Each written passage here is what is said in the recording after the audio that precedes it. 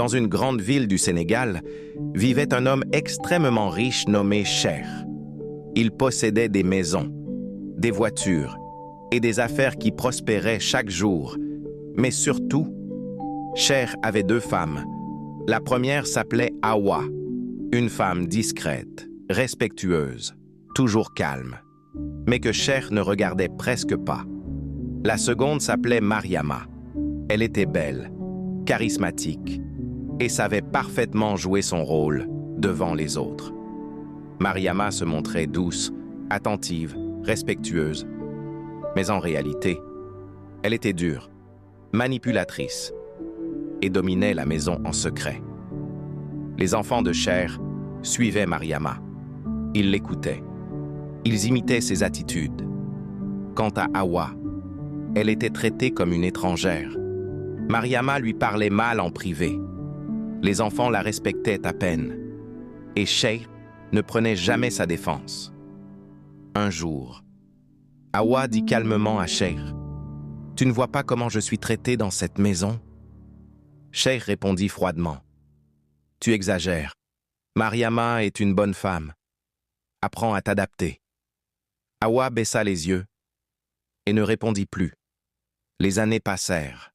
Puis un jour, une crise frappa les affaires de Cher. Ses revenus chutèrent, ses partenaires se retirèrent, sa richesse disparut progressivement. En quelques mois, il perdit tout. Et à ce moment précis, les vérités cachées commencèrent à apparaître. Mariama changea immédiatement de comportement. Le sourire disparut, la douceur disparut, le masque tomba. Elle devint froide, distante, presque méprisante. Un soir, Cher lui demanda « Pourquoi tu es devenue comme ça ?» Mariama répondit sans émotion « Je suis comme ça depuis toujours. Tu ne voulais juste pas voir. » Ces mots frappèrent Cher. Les enfants aussi changèrent d'attitude. Ils perdirent le respect qu'ils avaient pour lui. Dans sa propre maison, Cher se sentit seul, ignoré, mise à l'écart, sans autorité.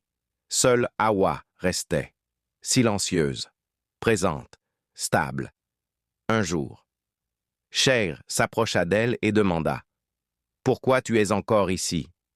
Tu n'as jamais eu ce que les autres avaient. » Awa le regarda calmement et répondit « Parce que je ne suis pas resté pour ce que tu avais, mais pour ce que tu étais. » Ces mots restèrent gravés dans son cœur.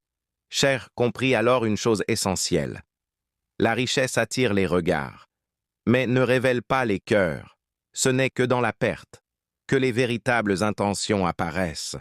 Et toi, si tout disparaissait demain, qui resterait à tes côtés?